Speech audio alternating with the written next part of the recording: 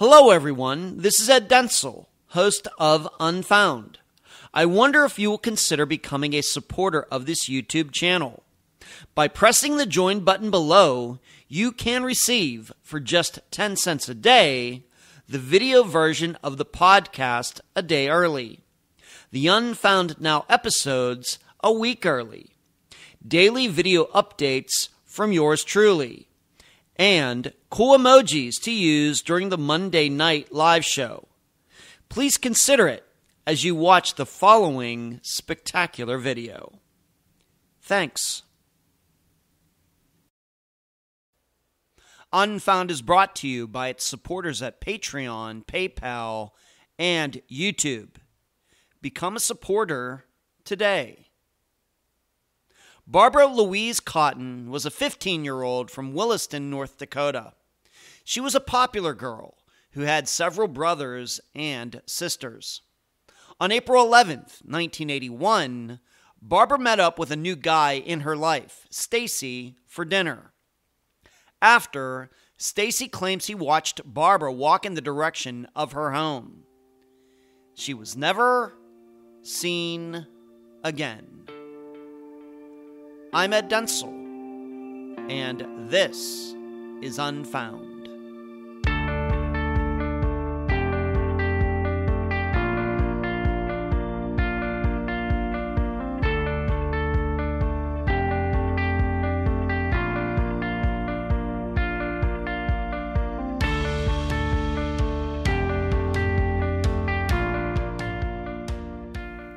Given that today's disappearance is over 40 years old, this is a good time to remind you, the audience, that the average age of a case covered on Unfound is over 20 years old. Yes, that old. Despite the recent disappearances we've reported on from 2019, 2020, and 2021 that could move the average closer to the present. My perception of cases that go unsolved for 30, 40, and 50 years is that this is enough time for the details to be very understood, with rumors and conspiracies dying out over time as none of them come to fruition. For example, the disappearance of Evelyn Hartley, which occurred in 1953, is actually one of the most detailed investigations we've ever covered on Unfound. Likewise, the oldest case we've covered, missing person Mary Jane Van Gilder from 1945, has a detective working on it as I record this. Yet what happens when old disappearances are the opposite of these? Well, with Barbara Cotton, we run into that predicament. There's nobody in an official capacity doing anything, and we're not even sure if the accepted story is true. What happens when an old case is both cold and fuzzy?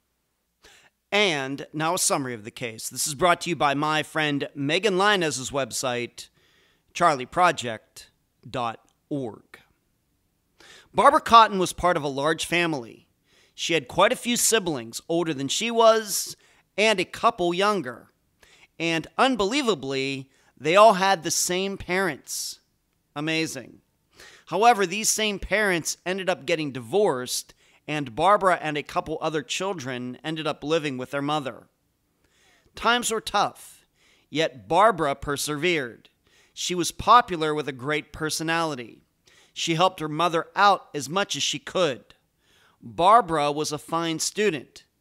The only downside was that at 15 years old, she was already smoking. Hey, it was the 1980s.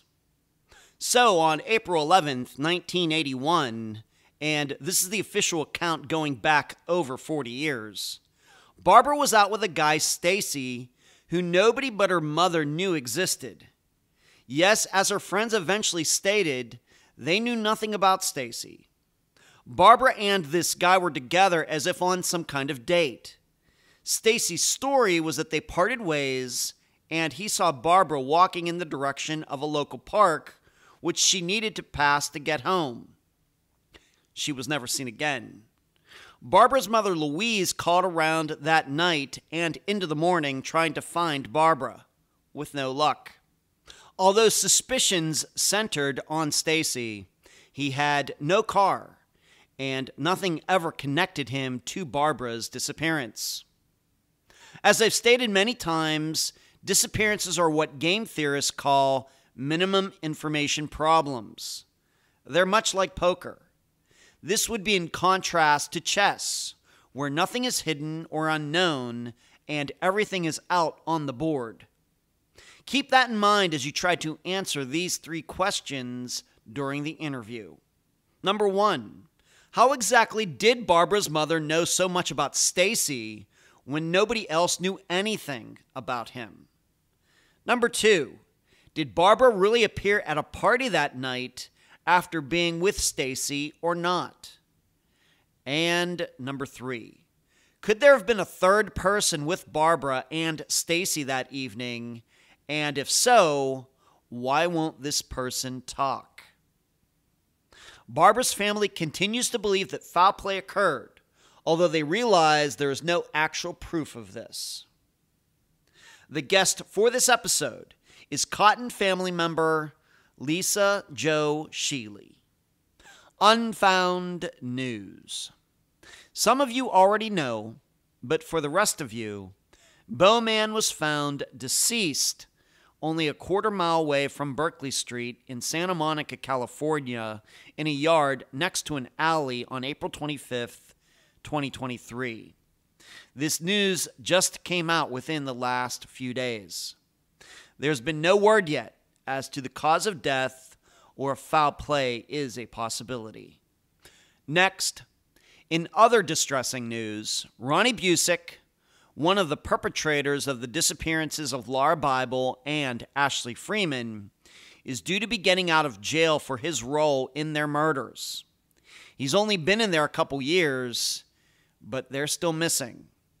This goes along with Melvin Hufford, who also recently was released despite him causing the disappearance of Teresa Butler, who has never been found. Finally, I hope to start reshaping the entire podcasting landscape this summer with the release of my teachable course, How to Podcast Better Than Anyone, available this coming June. Check out the intro at howtopodcastbetterthananyone.teachable.com. I'm so happy to have on this episode of Unfound a relation of Barbara Cotton, Lisa Jo Sheely. Lisa Jo, welcome to Unfound. Hi, Ed. Thanks for having me on. Happy to have you. And we've been talking for a little while, and you've been doing a lot of good work on Barbara's disappearance, and that's what we're going to be talking about today. We want to start here, though, Lisa Jo. Even I, in the introduction, had a hard time maybe putting this into words. How are you related to Barbara Cotton? So, Barb is my ex-husband's aunt. So I'm not a blood relative of Barb's. But my ex-husband is, and our families are still very close, obviously. Yeah. So. All right, so your ex-husband's mother or father was Barbara's brother or sister? Yes, his mother. His mother was Barbara's sister? Yes. Okay, very good. Thank you. All right, we got that all straightened out, so now everybody knows about that. And, marrying into the Cotton family, when did you first hear about Barbara's disappearance? How early on? It wasn't very early on, actually. It came up, out of nowhere. I think I was just standing in the kitchen with my mother-in-law, and out of nowhere, she said something about my missing sister. And I looked at her, and I'm like, what? And she's like, didn't you know about that? And obviously I did not. And so then she kind of went into it, and nobody really had much information about what happened, even her family. Yeah.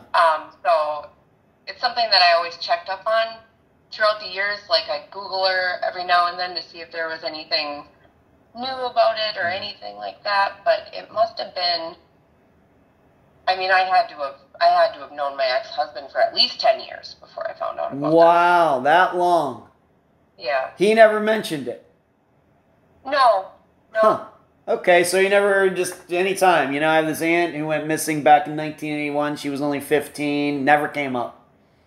Nope. Nope. Wow. And, I mean, maybe it's part of that is we live in a different area.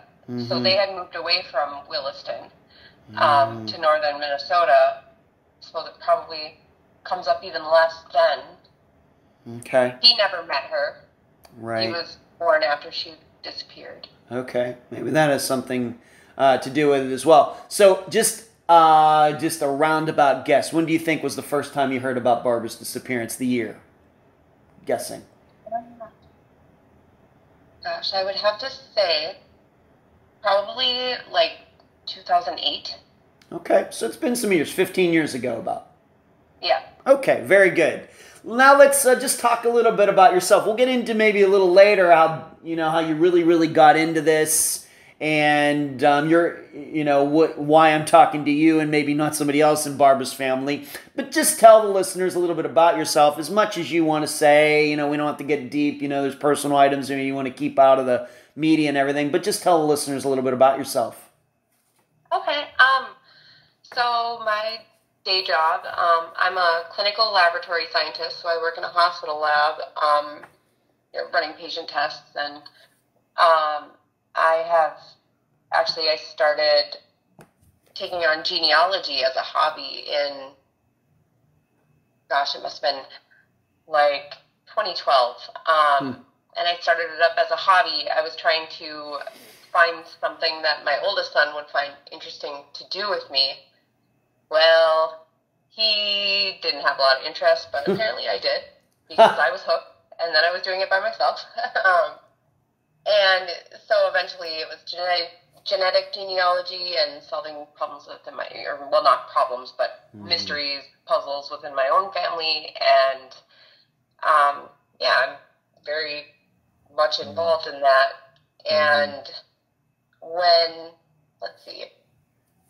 I started realizing how well it crossed over into investigating some of these older cold cases when a podcaster started covering Barb's story. And that's where I really took a turn from, helping adoptees and things like that to, using those genealogy skills to find old leads. And one of my strong points that has really given me an edge is I can find people. I can find people that nobody else has been able to find, and before special investigators and everything else. Not to brag, but I have that skill somehow. Okay, very good. Would you say when it comes to this, when you started this in 2012, you say you're then self-taught, or did you get any? Yeah. Did your job kind of give you an edge when you got into this in 2012, or how do you look at it? So once I took a DNA test and started working the genetic genealogy aspect of it, absolutely, my job did give me an edge, because I knew the patterns of inheritance, and I understood how DNA works and all of those things that somebody who didn't have my educational and work background would probably have to learn from scratch. So I did have a little bit of an edge. Okay, very good.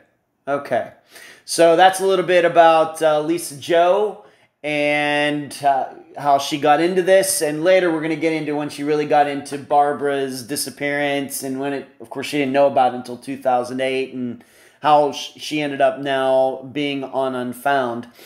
So as we continue, we just need to remind everybody she did not know Barbara. In fact, her ex-husband never knew Barbara either, even though he was a blood relative. So we just need to keep that in mind as we have this discussion. But I know Lisa Jo well enough now to know that she has done a lot of solid work, and that's why she's being interviewed. What have you learned just in general about Barbara, talking to maybe her other siblings and anybody else who knew Barbara back at the time, maybe friends or anybody like that? What have you learned about her personality, things like that, interests, things like that? So pretty much anyone that you ask about Barb, they all almost across the board have the exact same thing to say about her. That she was just extremely kind. She was very sweet and nice. She really tried to see the good in everyone, maybe even to a fault. You know, she tried to be understanding of, you know, different people that, you know, maybe the general consensus was that's not a good person. And I don't think it was to the point of being completely naive or anything. It was just, she was just extremely good-natured, and she tried to, you know, find the good in everything. So. Okay. And I should ask you, how many siblings have you gotten to talk to? I don't even know how many of them are even still alive. Maybe all of them, maybe just a few of them. I don't know. But how many siblings did she have, and how many of you have you gotten to speak to about Barbara? So Barb has 3 living siblings, and there's quite a few that have passed away. I want to say that there was, gosh, I don't remember off the top of my head, but there was quite a few, at least like 4, I think, additional ones, maybe 3. Wow. But she had many siblings, and yeah, there are 3 living siblings, and I have spoken to 2 of them. Okay, very good. Wow, so she had maybe like 7 siblings besides 7, or like 8 kids, including herself, maybe. Yeah, that sounds about right. Wow. All 100% mother and father are different parents, or how did that all Same work? parent. Same parents. Wow, Yep. the same parents had 8 kids. Yep. Wow. Okay, that's okay. That's very unique 20th century, late 20th century to have something like that. That's very interesting. Okay, thank you for that. There was actually originally 10 kids. 2 died at a younger age. Oh my. Okay. Yeah. And so you've gotten to talk to these siblings. Would you say that the 2 siblings you spoke to were close to her? You know, emotionally? There's 4 living siblings. I spoke to 3. I'm sorry, my mistake. Okay. Obviously my ex-mother-in-law, and then Barb's immediate older brother and younger sister. So. Okay. And were they close to her? The ones, so, yep, her younger sister and her older brother, I mean, there's only a year between Barb and them, so, you know, they very much grew up together. However, many of the other siblings were much older. Okay. So, like, my ex-mother-in-law, Diane, when Barb disappeared, she was already out of the house and had a couple kids. You know, she was already building her family and everything. So okay. Gotcha. there's quite an age gap. Okay, gotcha. All right, and that is in my family too. My brothers and my sister are quite a bit older than I am. Okay, very good. What about friends in this work that you've been doing? And we'll get into how you got started a little later. But how about friends of Barbara? People, of course, who are not related to her. Have been able to track anybody like that down from back in the early, very, very early 1980s? Yeah, a few people. I mean, there's always more people that we'd love to talk to, but definitely, Barb's closer friends, they certainly came forward and stepped up when Barb's story started getting covered and contributed to that, you know, to all that information, and certainly. Okay. And they said the same things. Okay. And maybe we'll get into a little bit more deeper into some of that a little later. Now, something that did catch my ear, though, in one of our conversations, of course, everybody knows that before somebody appears for an official interview, there's, you know, conversations, messages back and forth between myself and the guest, you know, ironing some of these things out. She was a smoker at 15. Is that right? Yep. Oh, my. Okay. Yep. Okay, it must, like I was thinking, it must have been the 80s. So she was a smoker at 15. That's something that popped up that I thought was actually kind of funny. I've never been a smoker, but I do remember those days of 8th and 9th grade of fellow classmates doing that. Okay. Yep. Well, you didn't even know what some of her interests were. Was she into music? Anything like that? How did she do in school? Um, I think she was just a typical teenager. Of course, she was into music, and you know, as far as I know, I think she did just fine in school. Mm-hmm. That's something that actually hasn't really came up a whole lot, which actually tells me that there probably wasn't an issue. Mm-hmm. Yeah, I don't think there was any problems with her grades or anything like that. I could be mistaken on that. Okay. But yeah, I think she's a typical teenager. She was, so obviously we know she wasn't a perfect angel. She smoked. She did attend parties and things like that. Her and her mom would butt heads. Okay. So, typical teenager, right? Yep. I was perfect, Lisa Jo, so I don't know what you're talking about, but okay. You probably were. Probably compared to me. Okay. I'm, of course, joking around. All right, let's move on to this. You just brought it up, so let's talk about it a little bit. Relationship with her mother. Her mother's going to play a prominent part in this entire discussion later, but because of some of the things that she said, and we're going to have to look at these things and be maybe a little bit critical of them. But relationship with her mother, and maybe explain this, who was living at home at the time of the disappearance, and maybe that gives us a better idea on that. Okay, I'll have to give a little bit of background here. So go ahead. I did mention that, Barb had siblings she had her brother Kent, who's a year older, and then her sister Kathy, who's about a year, roughly, I'm saying roughly, a year younger than her. And so, and then she has these, 5 additional older siblings that are out of the house already. So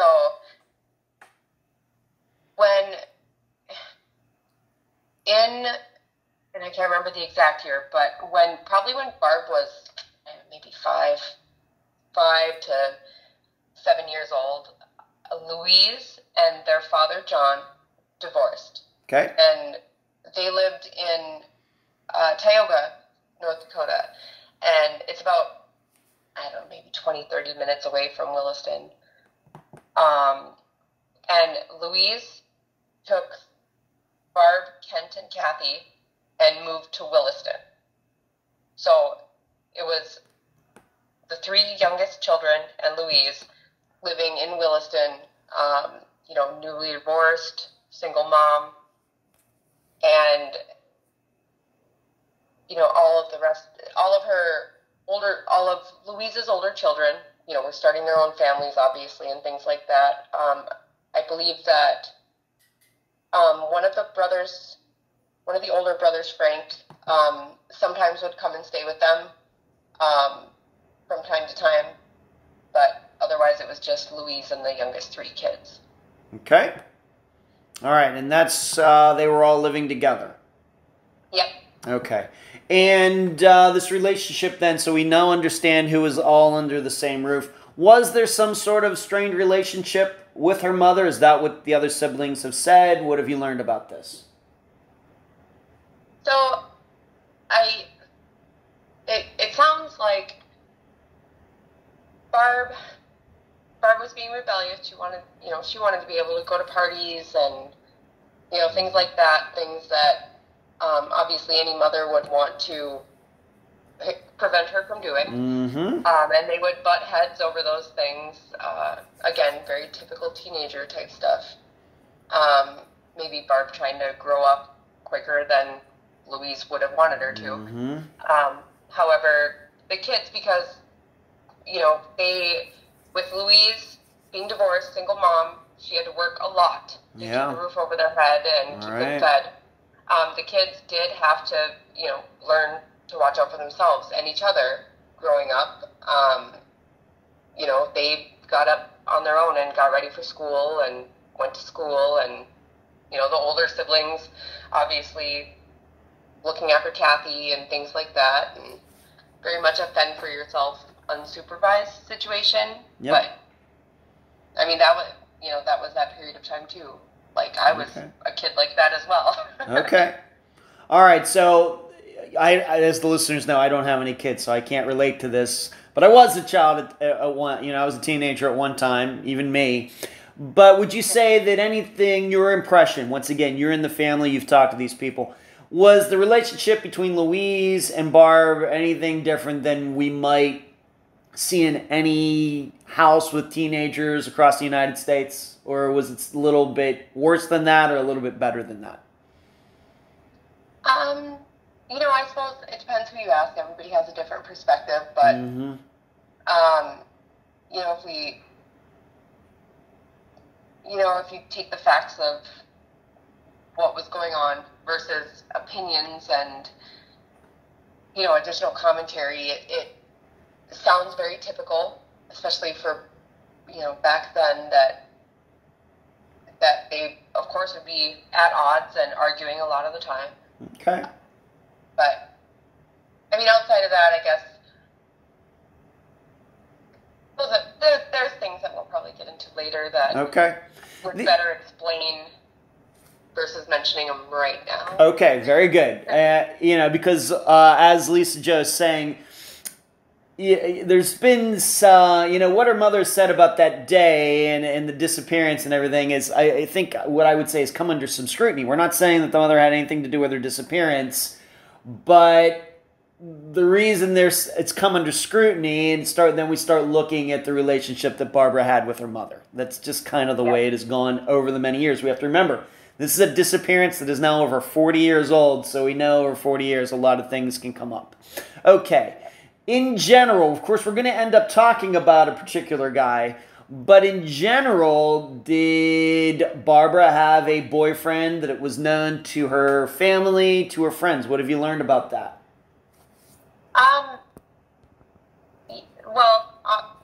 There is a boy associated with Barb that was referred to as her boyfriend, that supposedly was the last person that saw her before she disappeared. However, outside of that, there's a couple guys that, rumor had it that they dated a little here and there, and I've, reached out to some of them, and nothing very significant. Okay. Nothing that sounded like it was at all serious.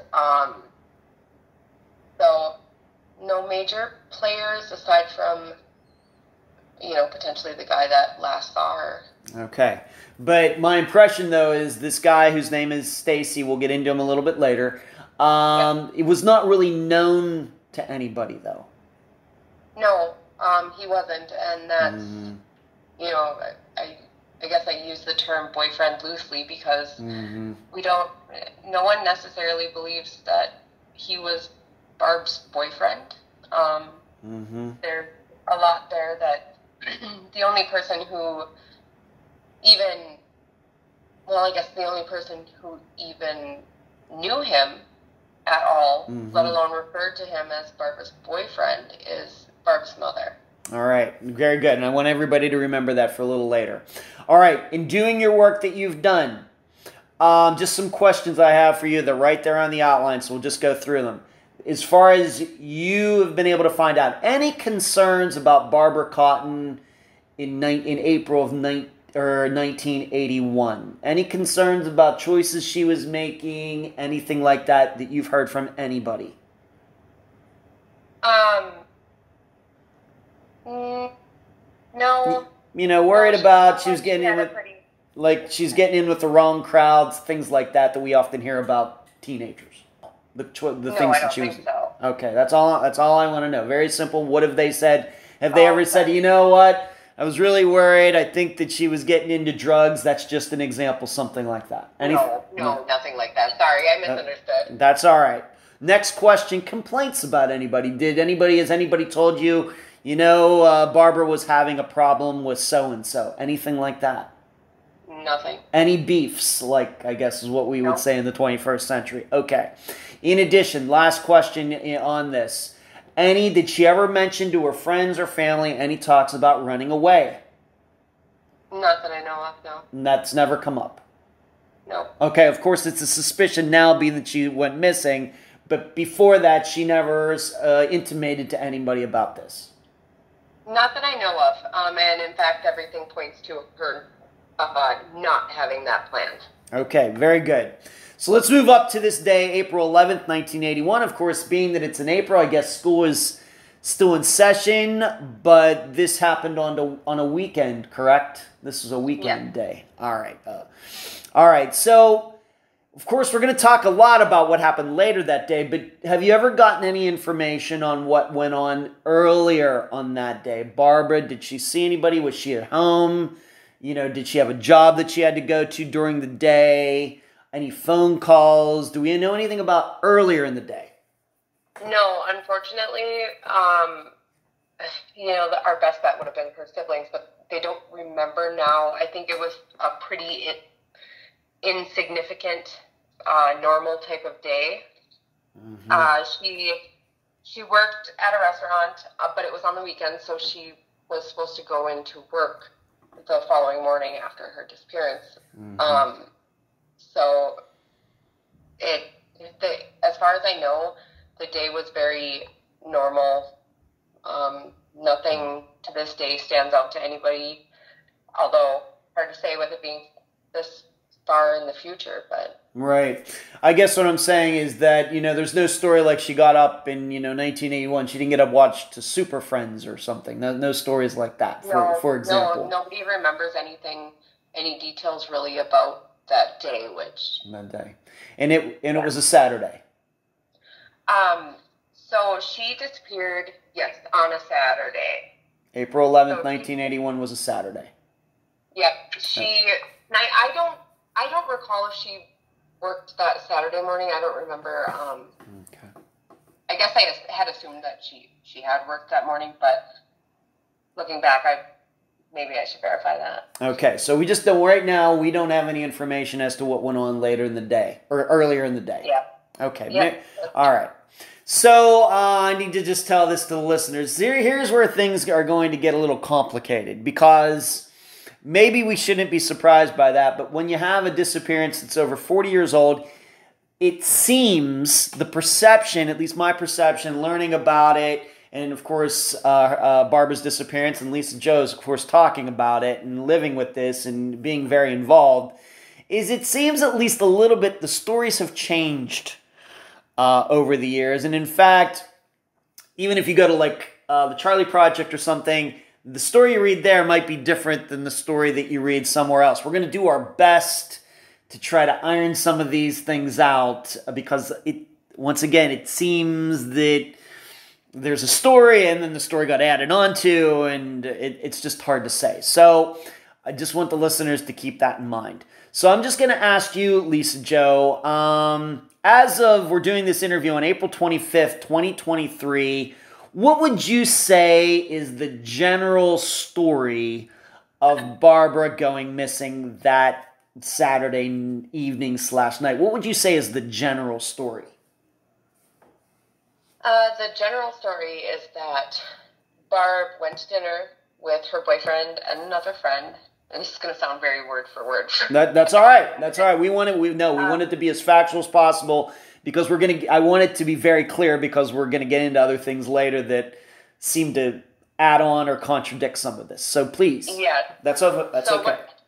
What you'll find online everywhere is that Barb had dinner with her boyfriend and another friend, and that after dinner, her boyfriend offered to walk her home. It was about 5 blocks from home, and she declined, and he watched her walk into a park where she would have walked diagonally through that park to get to her house, and so her entering the park was the last time that she was seen. Okay.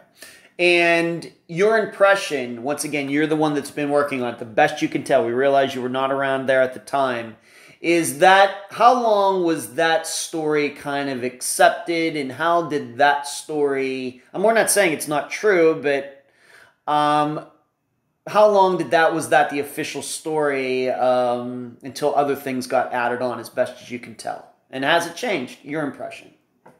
That story is still what is posted everywhere, and that story was the only thing that was available to anybody up until like 2 years ago when we started looking into this. Wow. Okay. So that story, it seems plausible. She walks off. Maybe she got abducted. We don't do theorizing on here, but just to say, it's not a story that sounds crazy. It's not saying, like you said, well, she got beamed up by a UFO. She walked off, and we know that 15-year-olds do get abducted. 15-year-olds do run away. A lot of things happen. So it's not that crazy of a story. And maybe that's why people maybe just accepted it for so long until the last couple years. But what you found in the last couple years is like, what would you call it? Would you say it is a contradiction, an add-on? What would you call what you found in the last couple of years? How would you term it? I guess it maybe the original story is missing a lot of context. Oh, interesting. I love that word. Maybe, I love that word. Yeah. Maybe it could be just what we feel is likely additional information that really would be helpful in that, or we don't know that any of that original story is true. And police, actually, when we spoke to them, they can't verify that any of it's true. They actually raised the question to us before we had assumed that because this was the official story out there, that this was the official story that police, felt to be true. And after speaking with them, we didn't believe that anymore, necessarily. Interesting. Okay, and we're gonna get back to that, why, the impressions, and some additional information. We're gonna get into that, but we'll now go back to that night of April 11th of 1981. What have you learned about when Barbara? So, of course, whether she walked off or whatever happened, of course, she does not seemingly come home. What does her family do? What does her mother do? What is your understanding? What do her siblings do that April 11th night into April 12th's morning? What is your understanding about what went on? So it seems that Louise was looking for Barb. She called. So one of Barb's close friends, Sandy Evanson. They were good friends when they were younger, and then Sandy was a year older. She went into junior high. Barb stayed in elementary for an extra year, and at that point they kind of started getting separate friend groups and things like that. They were still friends, but they didn't talk or hang out very often. And for instance, Louise, on the night that Barb disappeared, called Sandy Evanson at like 1 a.m. and which Sandy found odd because Louise would have known that Barb wouldn't have been over there. And yeah, she was looking for Barb, wondering if Sandy had seen her or talked to her and everything. So it seems like at 1 a.m. on that night, Louise was already on high alert trying to find Barb. Okay. And the following morning, Barb's younger sister, Kathy, woke up, and her mom had been sleeping on the couch, and she went and woke her mom up and said, "Barb's not home." Which, yeah, so... Okay. So there was... Like we contact police from there. Okay, so the perception is that Louise acted on Barbara not coming home fairly quickly. Yep. All right, we don't know anything about a curfew. Is there anything documented as to what Barbara's curfew would have been or anything like that? Have you ever heard? Not that I've ever heard. I know that, I have read that in articles. Louise stated to reporters that she had spoke to Barb earlier in the night and that Barb did plan to come home, that she worked in the morning, but I don't know if that was a phone call, if that was in person, anything. So. Okay. And maybe if that was at dinner, I have no idea. Okay, and we have to remember she's 15, she's not 19, and even though 4 years doesn't seem like a lot at that age, it is, and when a 15-year-old isn't home by 1 a.m., that's a much bigger deal than a 19-year-old not being home by 1 a.m. We all know that, and I even know that not ever being a parent. So we can see. And have you ever heard about Louise calling anybody else? She called Sandy. Have you ever heard from any other friends? anybody else who've come forward to say, oh yeah, Louise called me too? So I don't know if it occurred on that night. However, and this is something we can further discuss, and maybe this will take us into that. But we learned from police that there was allegedly a possible party that Barb attended that night, and I have no idea if Louise called over to the apartment that party was happening at that night. However, Louise called the girl who lived in that apartment for, she thinks, probably just periodically for about 6 months. Wow. And asked her if there was anything she remembered at all about anything. Okay. All right, and we will come back to this party, but just on that night at like 1 a.m., she's calling Sandy. I guess Sandy's lives with her parents. I don't think it was like a direct call to Sandy. Maybe one of the parents, adults, picked up and handed over to Sandy or something, right? I can clarify, actually. So yes, Sandy lived with her parents. However, her parents were both out of town, so Sandy was home alone. Oh. And she was actually sleeping in her parents' bed just because she liked to do that when they were gone. And the phone rang at 1 a.m. and she felt like dread. Obviously, something had to be wrong somewhere. Right. So she actually picked up the phone to Louise. Okay, that clarifies that. Very good. All right, but just on that night, no other calls to any other John Smith, Jane Does, anybody like that? Trying to track. I don't know. So at the time that Barb disappeared, she had a friend that she was closer with, that they did everything together, hung out very frequently, and Barb stayed at her house all the time. And that friend's name was Diane. And I'm just not recalling off the top of my head. I imagine that Louise called there too. I feel like that is probably true. I just don't quite remember, but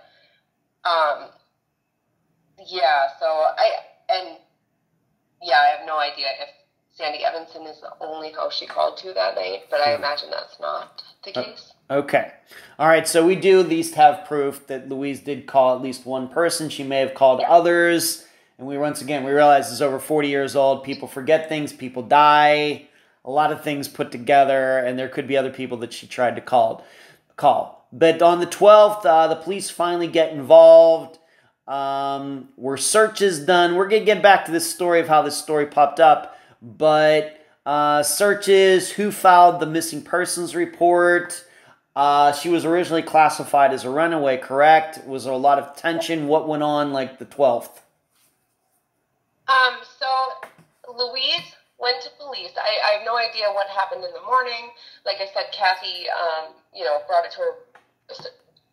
Well, obviously, if Louise called Sandy Evanson at 1 a.m. the night before, it was already at Louise's attention. But Kathy had felt that she brought it to Louise's attention that Barb didn't come home.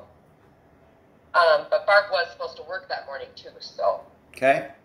Everything's fuzzy for 40 years later, so. Yeah. However, it fairly early in the day, I want to say like around maybe 11 or by 1 p.m. or something, Louise does bring it up to the police. So I have no idea what happened before that, what else Louise had tried or, contacted. Okay, so this is how this investigation gets started. She doesn't come home the night before, and then several hours later, which I don't think that's unusual. It maybe took like 12 hours to put it all together. She was calling a friend at 1 a.m. on April 12th. That seems reasonable. And then, so the report is filed, and as best as you can tell, what do the police do?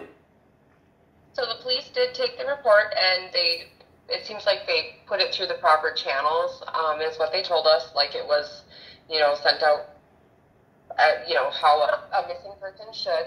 And, however, it kind of seems to me that maybe like Louise possibly thought that it was possible Barb ran away as well. So, Okay. Louise tells police that that about Stacy, being Barb's boyfriend Yeah. and things like that. And from there, I mean, it's not like they were going to jump into squads and go looking for her. Mm-hmm. So. Okay, and so when she made this report with police, did Louise tell them, well, I saw, we're going to get into this, I saw Barbara with this guy Stacy the night before. Is it Louise that brought this guy Stacy up? Yes. It seems from what police told us that everything they had, at least, like in those first, that first little while after Barb disappeared, was stuff that was brought to them by Louise. Okay, and that's how Stacy Werder. It's a guy. His name's Stacy. I don't want that to confuse anybody. But that's how he got brought into all this from Louise. Yes. Okay, very good. All right. So let's move on to this. So the police get Louise's story. They know about this Stacy guy. They've know about this Louise. We're going to get into this sighting of how she happened to run into the two of them the night before, and this is where things get complicated. But let's move on to this. This will give the listeners a little more context. First, let's talk about Stacy Werder. First of all, just in general, who is he? All right, so Stacy Werder was from California. He was a drifter. He would hitchhike around the country, and even into Canada, we've heard.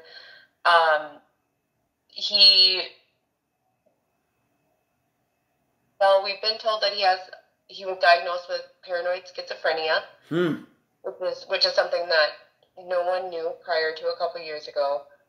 Of course, besides his family. Okay. But nobody on our end knew. Okay. He's very short, looked a lot younger than he was from people's opinions. Okay. There isn't a whole lot else. Not a lot about him. We certainly will talk about him a little later, but all right, so he's a drifter. What business, what was he doing? Did you say that he might have worked at this restaurant in town, Cups and Cakes or something like that? What's that? Yep.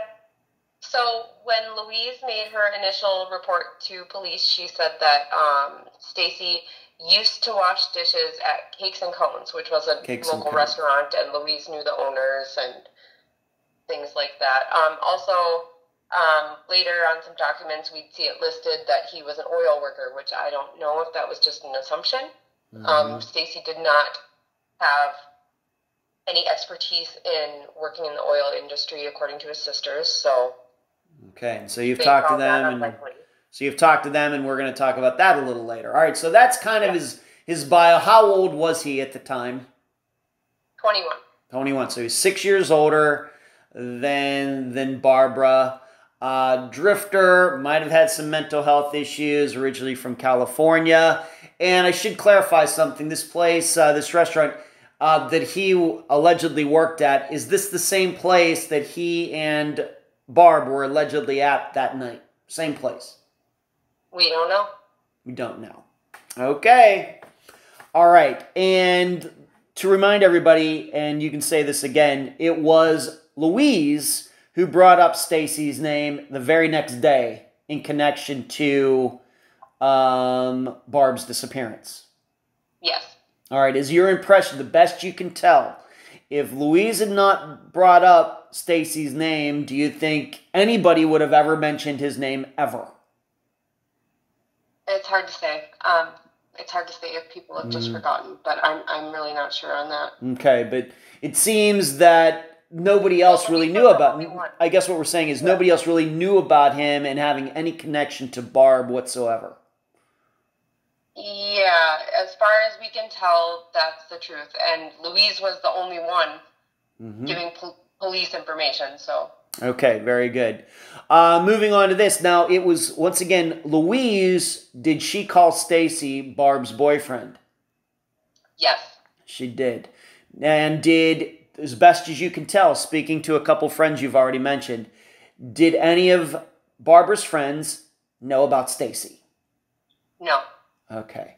Have you ever been able to figure out, in your work that you've done, how Barb and Stacy would have even run across each other, being that he's 21, she's 15? Any ideas? Anybody ever be able to put them in the same room at the same time where they could have even been introduced to each other? Louise is the only one who places Stacy in Williston. Okay. And so none of her friends had ever told you, you know what, Barbara could have run into Stacy at this local arcade. She could have run into him at a theater. They could have worked together somewhere. Anything like any of that?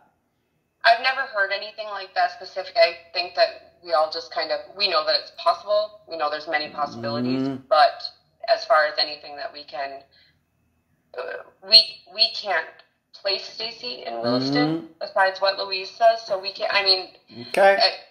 The closest we could come to that is if he washed dishes at Cakes and Cones. Barb certainly could have came across him there. All right, so she could have been Cakes and Cones. What is this, like an ice cream place or something, or what is it? Yeah, I think they did ice cream, but I think they also were like a restaurant and did like pancakes and things like that. And if I'm not mistaken, I think they were open pretty late. So I know Barb would like to go get coffee with her friend Diane, and they'd sit and talk and have coffee. So that is certainly in the realm of possibilities, but I am just that's just a theory. Okay, so we could theorize. We don't do a theorizing very much, but right. If Louise is going to say Barb and Stacy were together that night, then we just have to start thinking, well, how the two run into each other ever, and why is it that seemingly nobody else knew about Stacy? But maybe it helped that you said that Stacy looked younger than he was. He's 21. Right. Maybe he told Barb he was 17 or something. Yeah, or he could have told her he was 21 as well. Yeah, she could. Yeah, anything could have happened. She could have gone to this place, and he was getting off work, and they start talking. But there's no proof of that. We can imagine it, but there's no proof of it. Yep. Okay. All right. Did Louise end up saying that actually Stacy had even been over to her house with Barb at one time? Yes or no? No.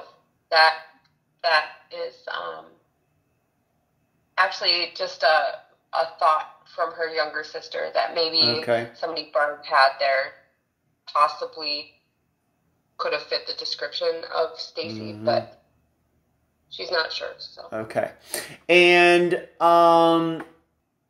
so at some point, Louise, after Barb goes missing, said that Stacy and Barb were together, correct? Yes. Do we know if that was she actually saw them in person or something else, that she knew that Barb was going to see Stacy? Do we have any idea how she even knew this? No, she just tells police that Barb was with him earlier. Okay, so there's not a belief that she's tooling around the town and pulls in and just happens to see her daughter with Stacy. No, she doesn't say anything to that effect. Okay. Do we even know how Louise was even introduced to Stacy? Being that she knew his name, do we even know how the two were even introduced to Louise and Stacy? No. No, the closest we can come is that her saying that he used to wash dishes at Cakes and Cones. So possibly that's how, but I'm not sure. Okay.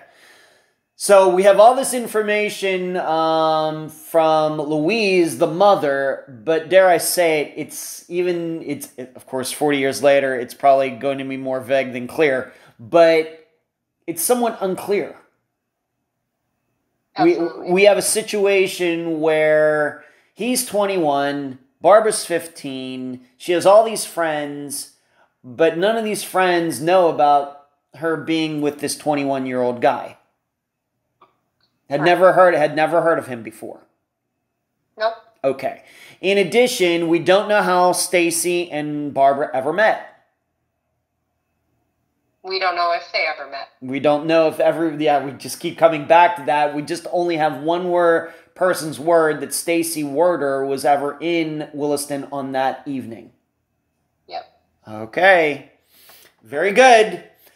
Okay. Now, so Louise then goes in the next day and tells the police, my daughter's missing and she was with this guy, Stacy Werder. Do the police track Stacy Werder down?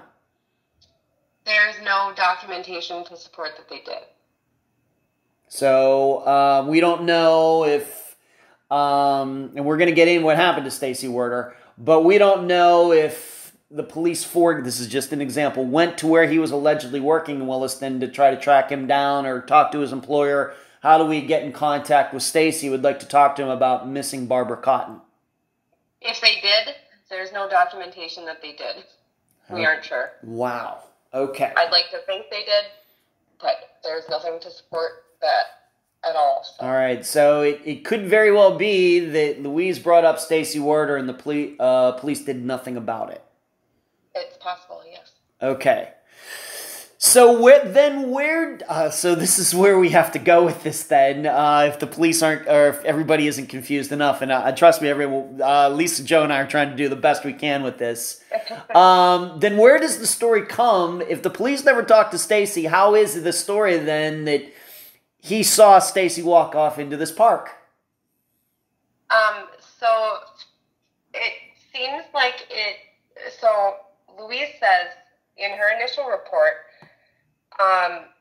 says, was with a guy by the name of Stacy earlier in the evening. Stacy, first name, used to wash dishes at Cakes and Cones. Miss Cotton contacted him and he advised her that, quote, she told him that she was going to walk home from Cakes and Cones. Miss Cotton, yeah. So it looks like Louise reached out to Stacy, which I'm not sure how you'd contact a drifter. She must have known where he was if that was the case. And spoke to him the following day, in which case he told her that he last saw her outside of Cakes and Cones and offered to walk her home. But it doesn't seem that Louise was so interested in Stacy Werder that she insisted the police go talk to him too. There are later reports where she... and let me look at the date on it, but she says that she calls in and she says she believes her daughter could be in Scobie, Montana with Stacy Werder at the Pioneer Hotel. I believe it was room 205 or 206. So it even had a room number. And the police said that they did have a call for service in their files of Barb. However, because it's just a call for service, it's not very specific. It says they checked it out, she wasn't there. It doesn't say if Stacy was there. It doesn't say what, any interaction or anything like that. Yeah, all I'm trying to figure out is that if the police seemingly never spoke to Stacy Werder, how do we know that that is his story? And once again, the only word we have is from Louise. Yes. And somehow she just happens to have his phone number. How she got his phone number, I don't know. I mean, did he just... Well, he wouldn't have one. He didn't live there. Right, so then, once again, we don't know how she tracked him down. Yep, we don't know. And in addition, she never told any of her children how she tracked him down. No. The siblings, the children of Louise, you've talked to them. Do they have any idea how their mother tracked Stacy down? No idea at all. Nope. Okay. And once again, reminder that the story for the last 40-some years is that this guy, who we believe to be Stacy, saw Barb walk off into this park, never to be seen again, but we don't know exactly where the story came from. It just seems like it's a little thin. All right, moving on. This party has already been mentioned. When did the story of the party start popping up? So it wasn't now. So first of all, there was the story that, all right, Stacy sees her walk off into a park. She's allegedly going home. She never gets to home. She's never seen again. However, now there's this story of a party Where did that come from? What was the origin? So we actually learned that from police, the alleged party. And Louise does kind of allude to it in her original call. She says, was last seen at a friend's house at about 10 p.m. last night. And then she goes into Stacy Werder. So she says she's at this friend's house at 10 p.m. last night, but was with Stacy earlier in the evening. So, like, right there, now Louise has placed her at a friend's house.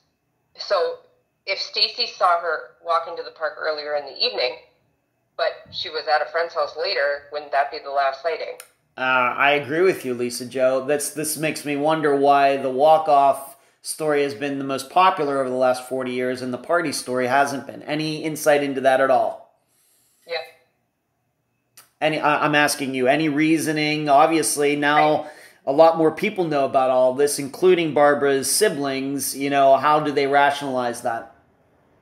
I think everybody, they're not really sure what to do about it or what to do with that information. They,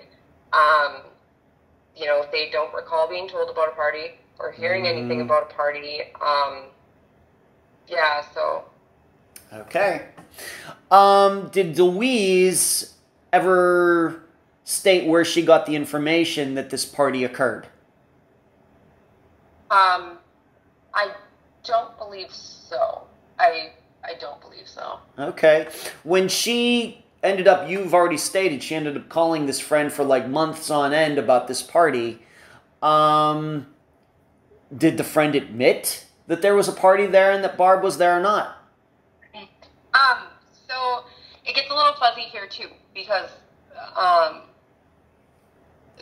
so we did contact a couple of sisters, and they back then had their own apartment, and they would throw parties, and they threw them often, and they do recall Barb coming to a party, or at least a couple, around that period of time, and they admit that they cannot be sure that Barb was at a party at their house the night she disappeared.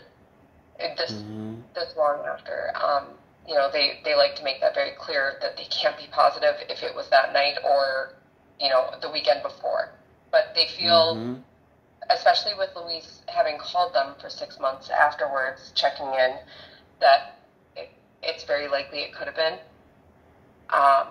that Barb was at a party at their house the night and then disappeared from after that. Doesn't it seem to you, though, Lisa Jo, that it seems that Louise was calling around and this party story came up very quickly? It seems like these sisters would remember if Barb was at their house the night before. I can understand if, 10 years later, if they were asked about it, I really don't know. But Louise was talking to them right after that weekend, right? Yeah, yes. So I get the impression that they're just hesitant to say for sure after all this time that was the case. Because even Louise calling them after that, that was 40 years ago. And then there wasn't much talk about Barb for 40 years. So up until a couple years ago. So I get the impression that they're just hesitant to give us information and have us take it as truth when they aren't completely, confident. Is there any record of the police ever talking to these young women about their party on that night, back then, in the 1980s? I'm not positive. I believe that police said that I think their wording was contact has been made. Now that I don't know if that means they left a message and nobody ever called them back or anything like that. However, we did make sure that police had access to these people, spoke with the people who gave us the information, made sure that they were okay with talking to police and made sure that everybody had everybody's numbers and all of that. So I don't, obviously, I'm not privy to the information of, who police interviewed and when, but I hope that happened. But there's no paperwork to that. Well, I don't know what police have. Okay. I have no idea. All right. So this is things that might have happened. We just don't know. My concern is that I can understand, once again, if they don't remember 40 years later whether Barb was at their party on April 11th, 1981, I can understand that. But being that it seems that Louise was already calling people, they would surely have remembered if she was there the night before, and it doesn't seem that they gave Louise a clear answer. Yeah, I can't. Okay. I'm not sure. Okay. Have you ever, for that particular night, April 11th, 1981, do we know anybody that was there? How many people were there? What was going on there? Anything? No. No, and it doesn't seem like police knew that either. Okay. I guess we also have to figure out, Louise is telling police that Barb was at a party. Well, the only way she would know that is if somebody told her that Barb was at a party. And that could only have come from somebody who was at the party. Right? This is what... Or Barb. Or Barb herself. Or Barb herself. Okay, very good. Let's move on to this. Let's just talk about Louise a little bit. Let's just be clear about some things. She was not the one who saw Barb walk into the park, right? Correct. All right. If not, then it had to have been Stacy who told her that. Yes. All right, but we don't know. I mean, I guess. I suppose. I don't know. There's so many things. Like, I don't know. Okay. All right, but the story has been it's her boyfriend quote unquote, saw her walk into the park, and that guy would have been Stacy. Yes, and the story is also that Stacy told Louise this. Okay, very good. But we don't know how Louise tracked Stacy down. No. All right. Moving on. The other children, we've talked about them. We know some of them were still living at home at the time. You left me the impression, is it true that Louise kind of sheltered the other children from all of this? Yeah, it doesn't seem that they were privy to much information. Probably the same information that the public was given. They don't seem to have much for any inside details on anything that happened. I know at one point, like, Kent and Kathy had wanted to, go knocking door to door, asking if anybody saw anything, this, that, the other, and Louise did not want them to do that.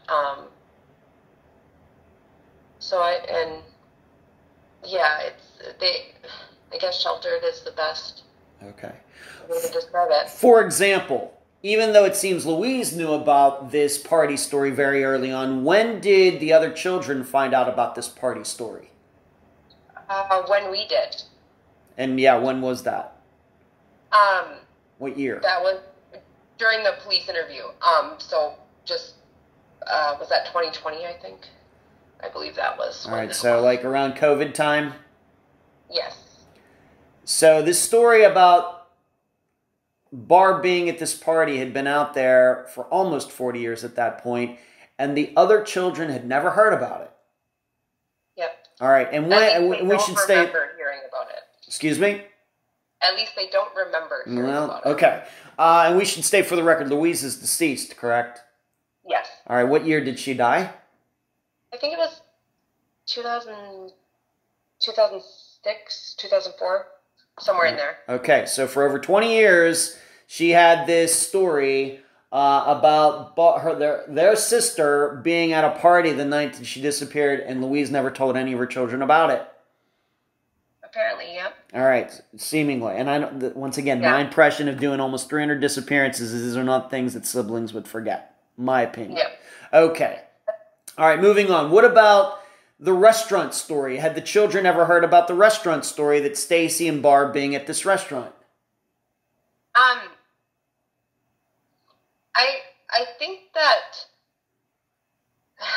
because that is kind of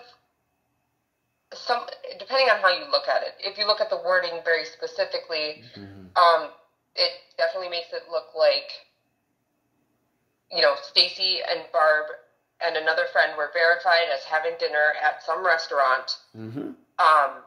So they were under the impression that that happened.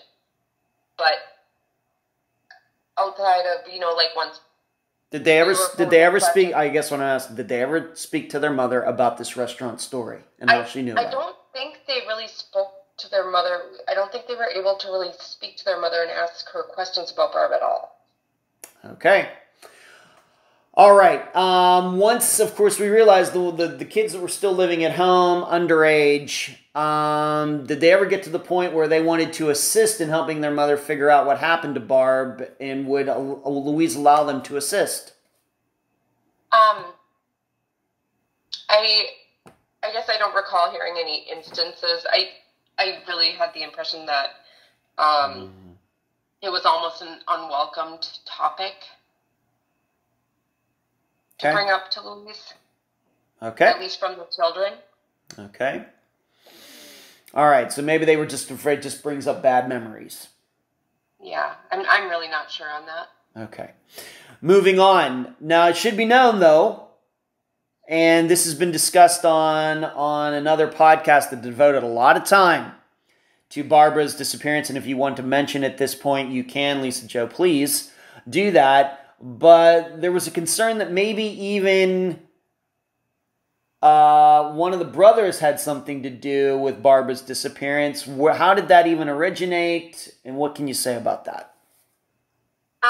Yeah, so the other podcast, the original podcast that came in and looked at Barb's case, and the reason why I eventually got so involved with it, it's called Dakota Spotlight, and the host is James Wallner, and he focuses on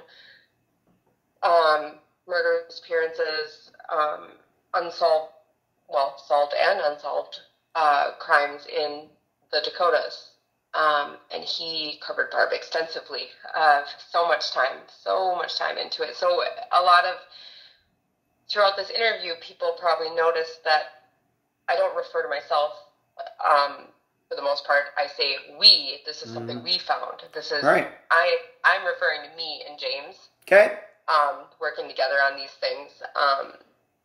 But anyways, so police gave us 3 people of interest, and one of those people is Barb's brother, Frank Cotton.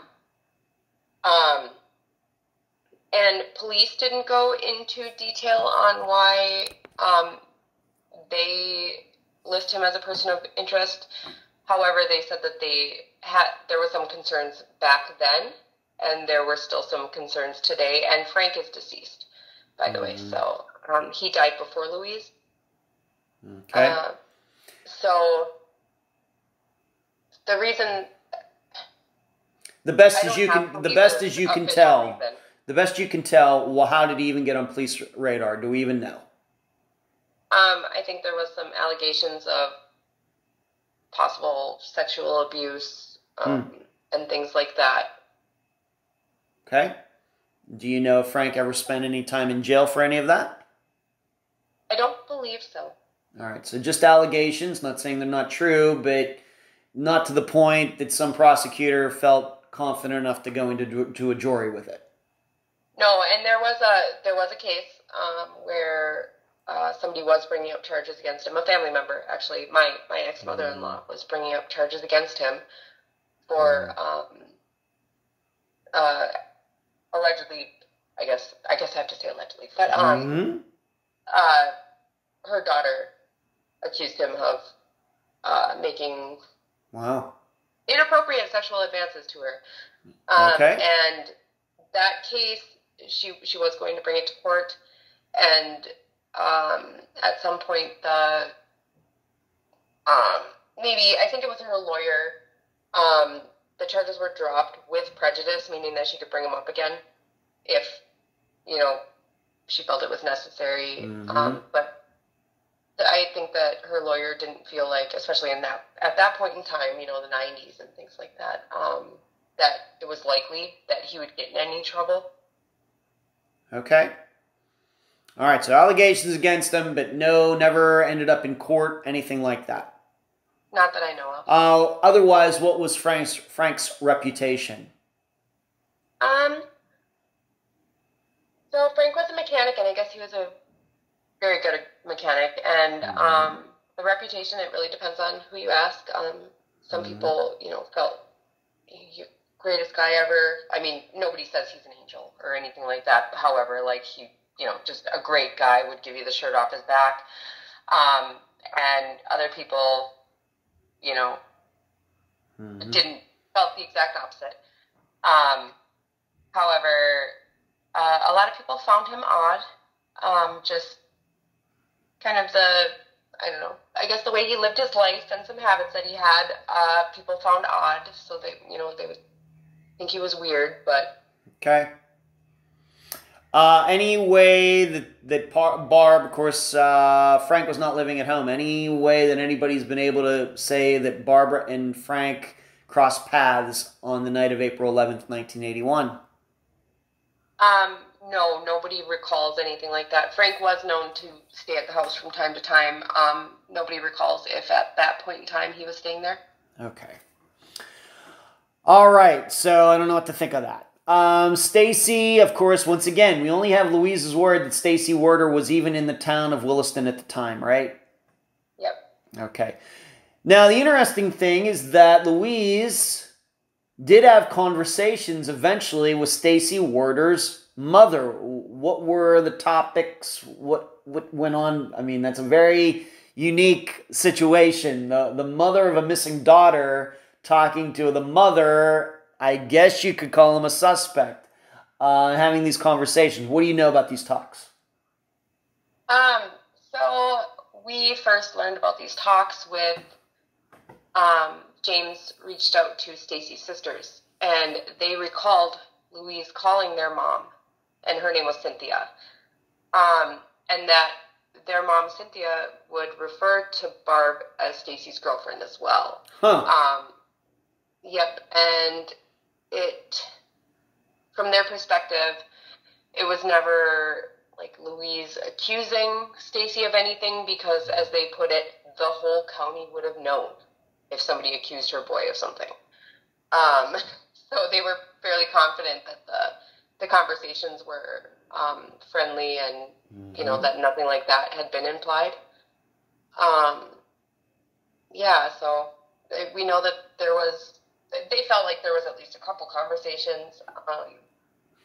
And there's also a report where Louise reaches out to Williston PD, and without going too far just yet, Louise says that Stacy's mother wants Barb to reach out to her at her phone number if when Barb gets home, or when she returns, or.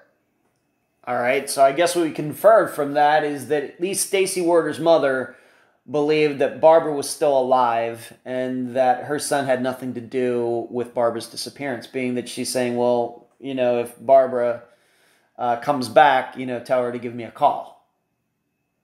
That would infer that Stacy's mother believed that Barbara was still alive. Yes. Okay, and that her son had not said anything to her like, I did something to Barbara.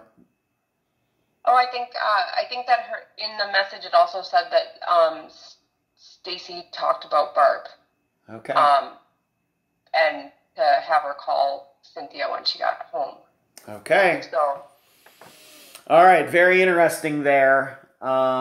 These conversations, but it does leave the impression, like I said, that at least Stacy's mother, best as she can tell, that she believed that Barb was still out there somewhere alive, being that, saying, passing along, I guess, information.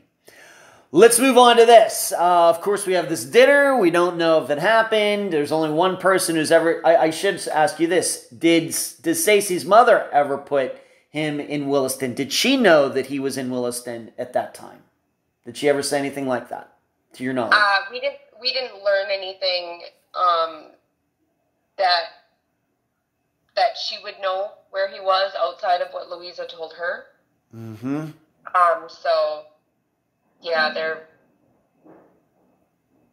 really isn't anything to support it that way either. Okay. Do we even have any idea that his mother knew where he was at all? course, he's from California. I mean, was it a surprise? I'm just asking you as best as you can tell. And talking to the, I guess Cynthia's not alive anymore. No, she's All right. So the sisters, I guess, of Stacy Werder, did they even know if their mother even knew where their brother was? no. I get the impression that like it wouldn't have been surprising that he was in Williston. He drifted all over, as I mentioned, even into Canada, and that it wasn't unusual for her to not know where he was. Also, so I guess that wasn't really a strong point, for them to make to us or anything. Okay. Let's talk a little bit more about Stacy, the guy. What did he do after, if we even believe that he was in Williston? Where did Stacy Werder end up? So I mentioned earlier that Louise got a hold of police and said that she believed that Barb could be in Scobie, Montana, at Pioneer Hotel, I think room 205. And that police apparently checked it out, and she wasn't there. We don't know if Stacy was. However, Scobie, Montana is not far from Williston. Williston is right next to the border of Montana with Montana, and Scobie is not too far in there along the highway that, people most likely would have taken into Montana. So we can't verify that Stacy was in Scobie, like Louise said. However, in June, we know that Stacy was arrested in Glasgow, Montana, for, I think it was just related to disorderly conduct. And he was held in jail for 10 days and then released. Okay. So that would be that would just be further west than Scobie. All right. So so very well, then maybe this does verify that Louise was able to track down Stacy. It does seem reasonable. I guess what I'm saying is, what are the odds that she tells police, I think my daughter's in Scobie, Montana, and then right after that, Stacy is doing this disorderly conduct near there? Yep. What are the odds? Okay. But what he ended up being in jail, and he was talking to his family at this time. What was he saying? Well, at that point in time, the sisters seem to recall that maybe he had gotten jumped that time or something, which I'm not sure how that would land him in jail, but things happen. We don't actually have all the details on that arrest. However, he spent 10 days in jail. He was released. And then we don't find any documents or anything until July. Okay, and what happens there? So in July, Stacy was arrested again in Malta, Montana. And again, it was like a disorderly conduct type of ordeal. And James Wallner petitioned Montana for all the records related to this case, and he actually drove there because some of them, like photos and things like that, obviously they would not just release to him. So Stacy, at a movie theater, him and a guy that he had met were drinking, and I think they spilled a drink, and one of the other people in the theater went and spoke to the manager, clearly an alcoholic drink. And Stacy became very over the top agitated at this manager asking him to leave. The manager ended up calling police, and he was arrested. And then as soon as he was arrested, he was very cooperative, according to all the reports. And, got settled in for the night. He, didn't have anything significant on him. According to the reports, everything seemed very normal. But Stacy ended up using his jail-issued coveralls to hang himself in his cell. Killed himself. Yep. So approximately 3 months after Barb went missing. Okay. And it was during this time, somewhere in here, where he was talking to his mother, and he said, if Barb comes back, tell her to call me? Allegedly. Okay. And did he say something about going home? He talked to his mother. Somebody had said something about going home? So she accepted a collect call from Stacy. And in this collect call, they start having a conversation, and he told her, I'm coming home. And she showed concern because she had gotten a dog for Christmas. And she was thinking that if Stacy showed up at night, the dog might bite him. And he's like, no, you don't have to worry about it. And she's like, no, my dog will bite you. You don't understand. And he told her, the way I'm coming home, it won't matter. And then he proceeded to tell her, I want you to do something for me. I want you to tell Mom that I love her and that I'm sorry for what I've done. I'm damn sorry for what I've done. And it was right after that that what happened? He committed suicide. Yeah. Yep. Okay.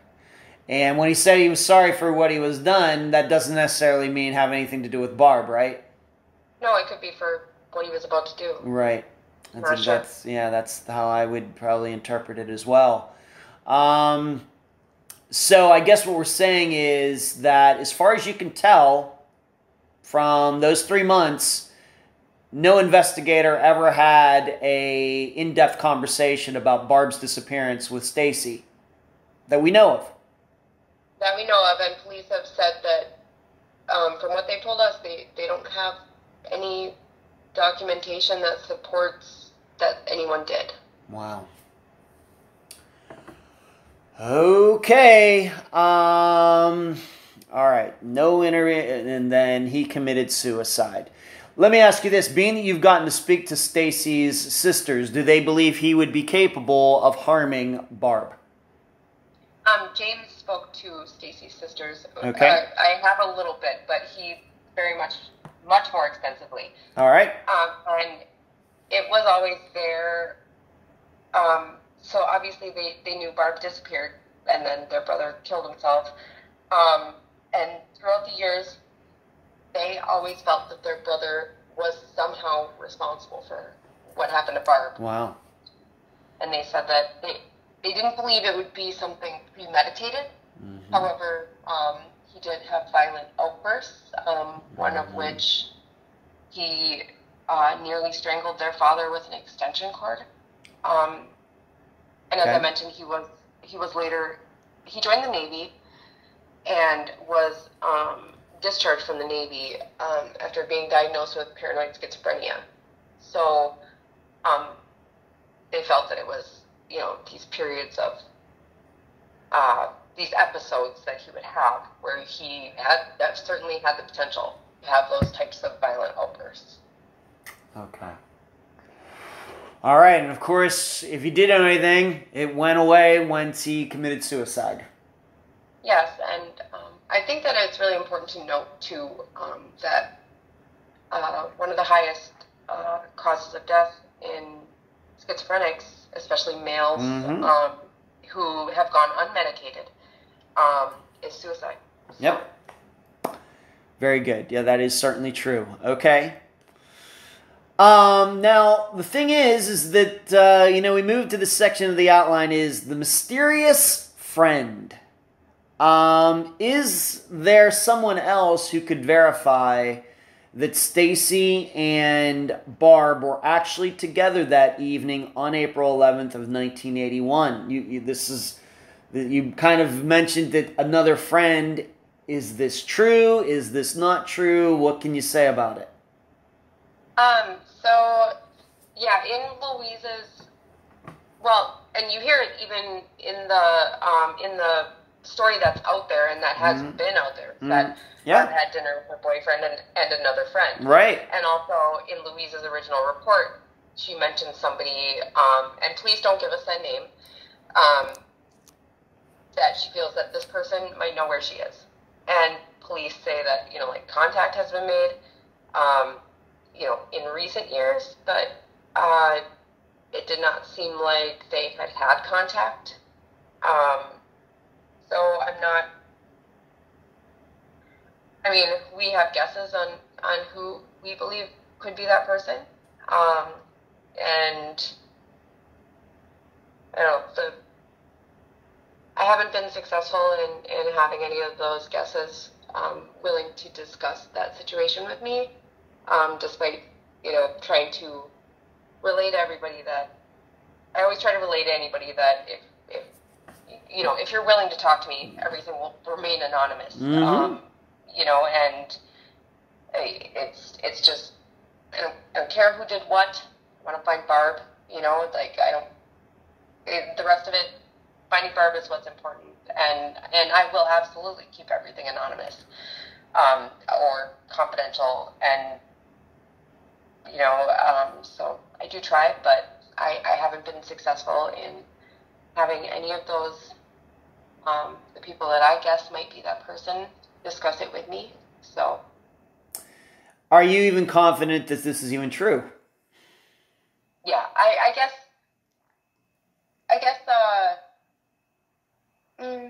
confident enough to try to reach out to people for sure. I feel that since, if it wasn't true, it's significant enough that I want to know why that person was brought into it. Is this another situation where we're taking Louise's word? Absolutely, it is. Okay. And so are then we to understand that Louise probably knew who this other friend was, but never told anybody, anybody over all the years before she died in the 2000s? I'm not sure. She did tell police who it was. It was just police wouldn't release a name. Mm-hmm. I can't be sure that she didn't tell anybody or kept it to herself. The kids don't remember hearing it, but she didn't discuss it much with the kids, so. You've already said that you've spoken to, I just have to put you on the spot here. You've spoken to a couple of Barbara's friends. Do you think either of they are the person who was at that dinner? No. Okay.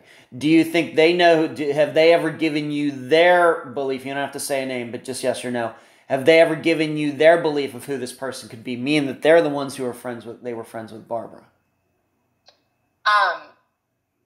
So certainly some of my guesses, some of me and James's guesses as to who this person could be came from people we've talked to, including Barb's friends. So, yes. But nobody can actually verify that. These friends are guessing just as much as you would be. Yes. Nobody we've talked to is 100% certain or recalls having this discussion with Louise or anyone else of who this person is. What do you think about that in total, Lisa Jo? You have this alleged friend who was there, and this person seemingly, it's been over 40 years. And we still don't know who this person is, at least publicly. And we don't know what this person said. We don't know what this person saw. Louise is dead. Cynthia's dead. Stacy's dead. Barb's missing.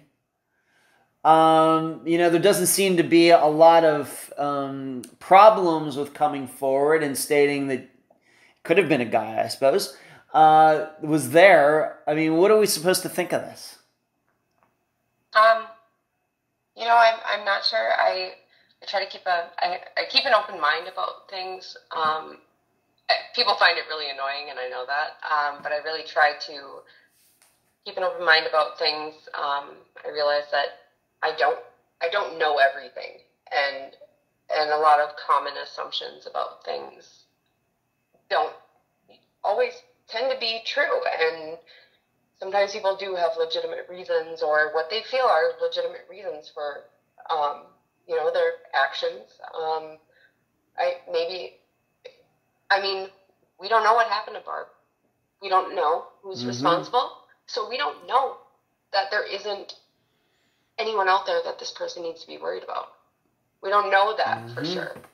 I don't know what that person knows. I can't say that. Okay, and I guess also it's important to remember that the popular story over the years was that Barb walked off to this park, and it wasn't her boyfriend and a friend saw her walk off into the park. It was just a boyfriend who saw her walk off into the park. Yep. Right? Yep. Okay. So I guess what we're saying is, Lisa Joes, you're fairly convinced that this person exists. You know, if this dinner happened. The problem, of course, is that there's only one person who ever put Stacy Warder in Williston, and that was Louise, and we're still not sure how all of that came together and how she was tracking, Stacy down from there to, into Montana. We have no idea. Right. It's very puzzling. I'm sure he was not giving like a forwarding address or a forwarding number or something. Right. And this is well before cell phones or anything, so it's just a little puzzling. What was he doing for money? Who was he staying with? None of this we know, but somehow Louise seemingly was able to track him down to get this information. I don't know what to make of it. However, there is something else to think about, and this has to do with this guy whose name also happens to be Frank, just like Barbara's brother, Frank De La Pena. Why don't you talk about him, how his name popped up? So, James learned Frank De La Pena's name from Williston PD. He is one of the people of interest. So as far as people of interest, we have Stacy, we have Frank Cotton, and then they discussed with us Frank De La Pena. Frank De La Pena, he worked for the oil companies. He was born in Mexico, came to the U.S., worked for the oil companies, and he was in Williston at the time of Barb's disappearance. Huh. And we know this because police verified that for us. They can verify that. I have been able to verify that through my own research. However, Frank De La Pena, soon after, I want to say it was, I think May 6th, the first part of May, he leaves Williston and he goes down to Rawlins, Wyoming, and he commits 2 murders. He murders 2 girls. And all along the way, he's trying to pick up victims and lure them into his, he had a van, and then he had a travel trailer, and he would try to get everywhere from little girls to grown women, and even a boy, try to lure them into his camper to see a puppy that he was trying to give away. There's multiple accounts of that. Okay. On his way down to Wyoming. And unfortunately, in Rawlins, Wyoming, he was successful. But he was eventually caught? Yes.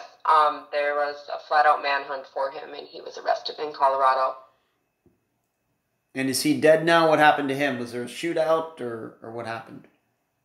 No, actually, he tried to apply for a job, and he tried to use his past job in the Williston area as a reference. And the guy called up there, and his old boss or supervisor or whatever filled him in on, oh my God, the entire country's looking for him. He's a murderer. Mm-hmm. And this foreman that he was interviewing with actually, he told him like he was going to go get some lunch, and he's like, you wait here or whatever, and then I'll take you on a ride with me to go get some leases or something, some of that oil stuff. And he went to the police station or called the police, and they set him up and they arrested him. So wow. He was arrested, and it was very uneventful. He was cooperative, and he was going to be extradited to Wyoming for the murders, and he actually hung himself in jail as well. Wow, just like Stacy. Yes. Okay. How long did he hang himself after Barbara's disappearance? A year?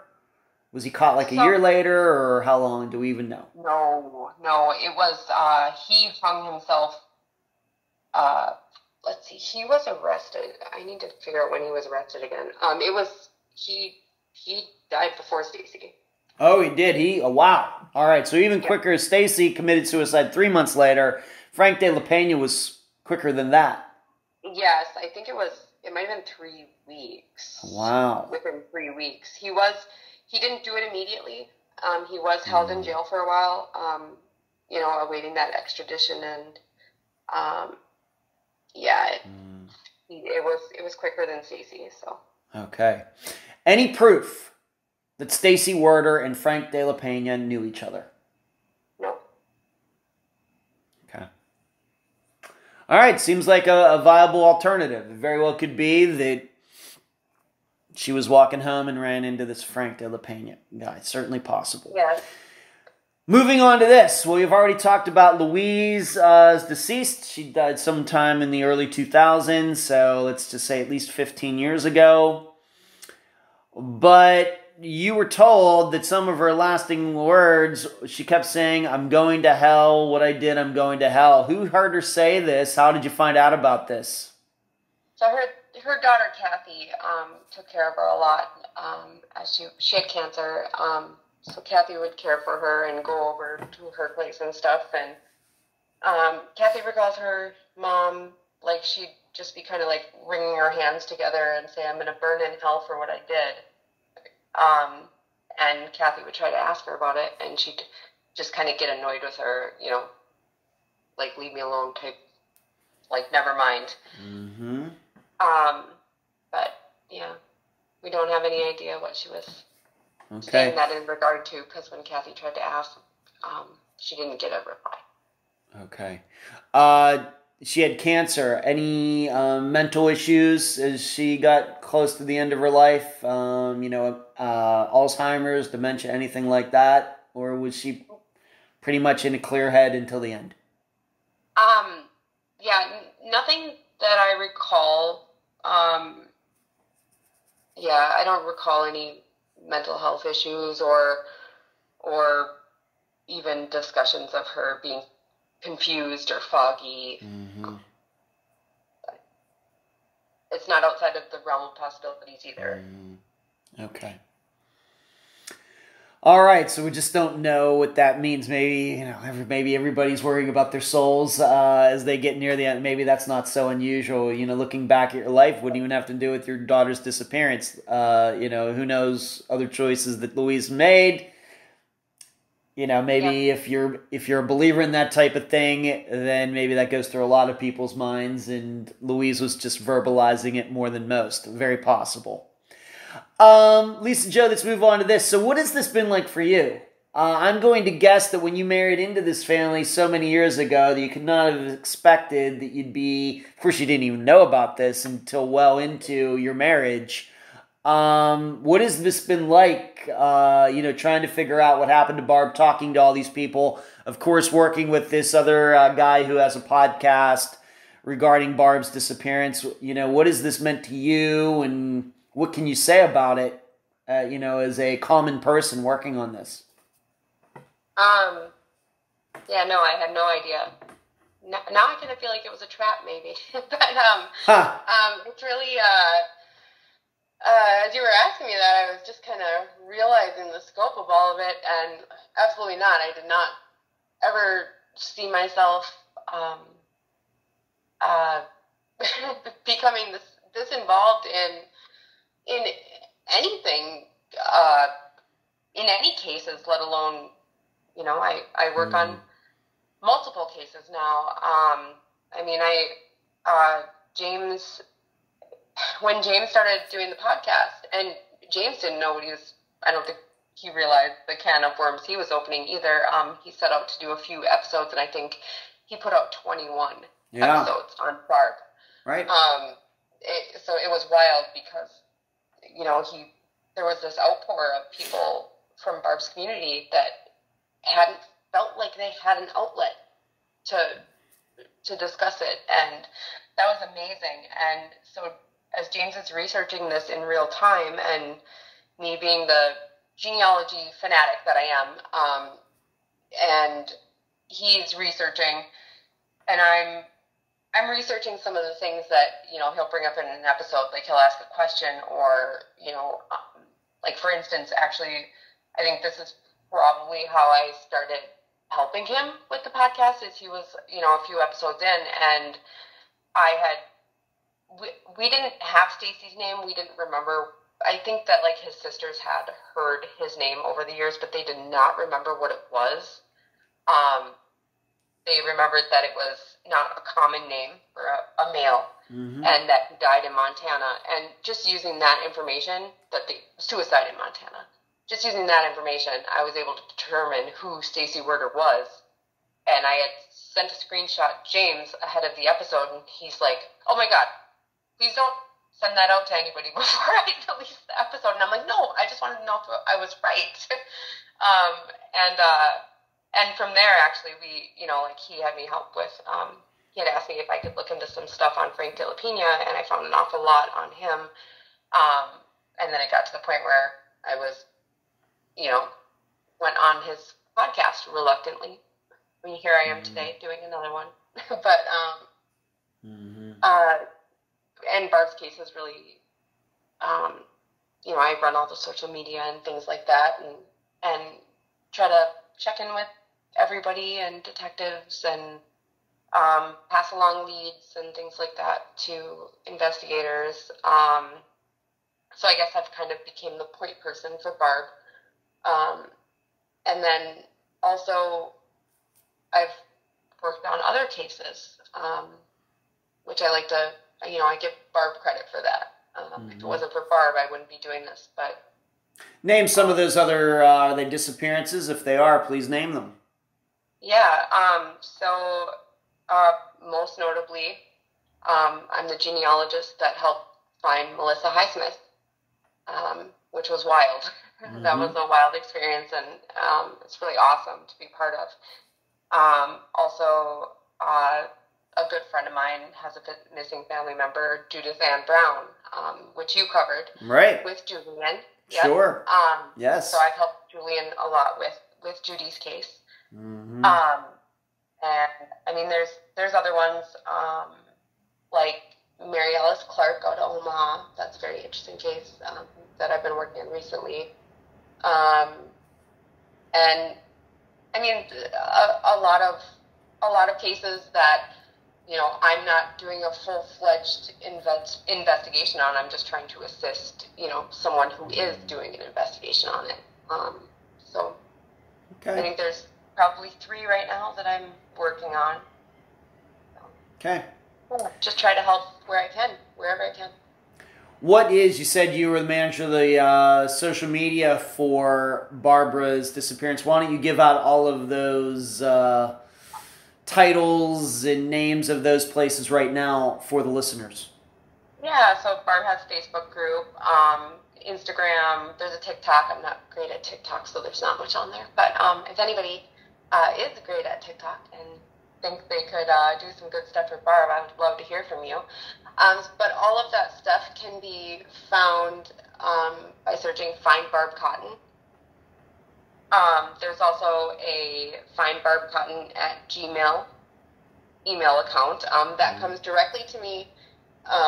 No one else has access to it, and that is a way that if you have something to share about Barb, and if you'd rather talk over the phone, just email that and ask for my number. I'll give it to you.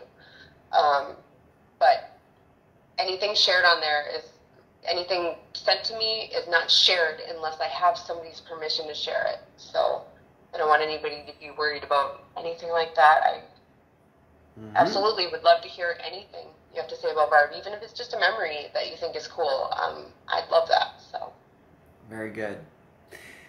Lisa Jo, any final words before we complete this interview? No, I don't think so. I mean, it's just, I guess I want to acknowledge that I recognize how hard it is to keep a clear head in Barb's case and try to separate fact from fiction when you have very little facts that you can 100% say for sure are facts. And it's frustrating, and if everybody feels like their brain is tied in knots, join the club, because mine has been for years now. So Right. Very good. It's. I agree with you. That sometimes it is very difficult to tell fact from fiction with disappearances that are this old. Yep. And people's, time, of course, on the other hand, can help in some ways. Time gives us perspective. Sometimes you don't realize things at the time, and then you realize years later new things. But then, of course, time causes people to die, and memories go bad. And, for example, this party, was she at this party? Was she at the party a week before? We just don't know. Whereas if this... Technology. Yeah, and technology, of course, can help. Could have helped us if Barb went missing in 2015 instead of 1981, of course. So, yeah, I think that you using that word that I'm probably going to use somewhere in the title of this episode, the word fuzzy, is a very good word to use for Barbara's, because these things are fuzzy, not your fault. You certainly have clarified some things. Still very fuzzy, though. And, and we just have a situation where a mother, it seems like she was doing the right things. It's just hard to... We don't know where she was getting this information from. That's the tough part. She was saying things, she was telling the police things, and we're just unclear how she knew any of it. Yeah. And I mean, it's hard. And it's really hard not to make certain assumptions too. It's so easy for people to look at, certain behaviors from from a third party perspective. Yeah. And, assign blame to that or say suspicious when there might be we don't know if there's a good explanation or not. You could look at, you could very easily look at Louise and think she's very suspicious, but you could also look at her from the perspective of she was the only one trying to find Barb. Right. And I agree with you. I don't have the answer. Yep. I don't have the answer. Right. All I can supply is I want to say what we know. We don't know much of anything, but what has been shared with me. Right, and that's why we just let the listeners decide for themselves. We just try to cover the information as well as we can, and we'll let the audience decide. Lisa Jo, thank you for being on this episode of Unfound. Thank you for having me. You're welcome. And that was my April 25th, 2023 interview with Lisa Jo Sheely, member of the Cotton family. I thank her for joining me and all of you on this episode. And I also want to thank Lisa Jo for the work she has done on other mysteries. In the lead up to this episode, if you went to the Charlie Project or NamUs or Web Sleuths or newspapers.com, you probably saw this as a fairly straightforward disappearance. Guy says girl walked off, but can't provide any proof that happened. And let's be honest, we know what conclusion we reach in such circumstances. The guy harmed the girl. It might have been an accident. It might have been a crime of passion. Yes, it could have been planned. But no matter what choice, the guy harmed the girl. It seems as stereotypical the man said type of disappearance that could ever exist. It seems. But in covering this disappearance objectively, without any preconceived notions about anything, suspects, theories, circumstances, and asking the best questions that came to my mind, I hope you can see that things aren't as straightforward as the media has portrayed them all these years. Granted, if you want to believe Stacy caused Barbara's disappearance, I won't argue with you. Really, that theory makes all the sense in the world. The problem is that the facts don't seem to line up with that idea very easily. The glaring issue is that somehow Louise seemed to know a lot more about Stacy than we would normally expect, especially given that Stacy was a drifter who could not have been in Williston that long. In fact, to this day, Louise is the only person who can put Stacy in Williston on the day of the disappearance. Also, Louise knew the general area as to where Stacy could be found in a completely different state days, if not weeks, later. How could she have known that? And despite living for over 30 years after Barbara's disappearance, Louise never conveyed to her other children everything she personally did to try to find Barbara. In fact, the idea I got from Lisa Jo is that she really had to piece the disappearance all back together herself, because Louise never documented anything. This would be in contrast to several children who as adults have taken over trying to find out what happened to their missing siblings, with seamless transitions of responsibility from parents to children. Will this cause some of you to suspect Louise caused her own daughter's disappearance? I guess it will, although I'm not sure the facts line up nicely for this idea either. But here's what I think I know. Disappearances don't get cold and fuzzy all on their own. If you'd like to read and hear my further insights and analysis into Barbara Cotton's disappearance, please sign up at patreon.com/unfoundpodcast for the low price of $2 a month. Thank you for the support. Until then, I leave the public theorizing up to you. And that's the program. Right now, while you are in your podcast platform, Spotify, YouTube, iTunes, wherever, give Unfound a 5-star review, a thumbs up, whatever that platform allows. I thank you for listening. I'm Ed Densel, and you've just finished this episode of Unfound.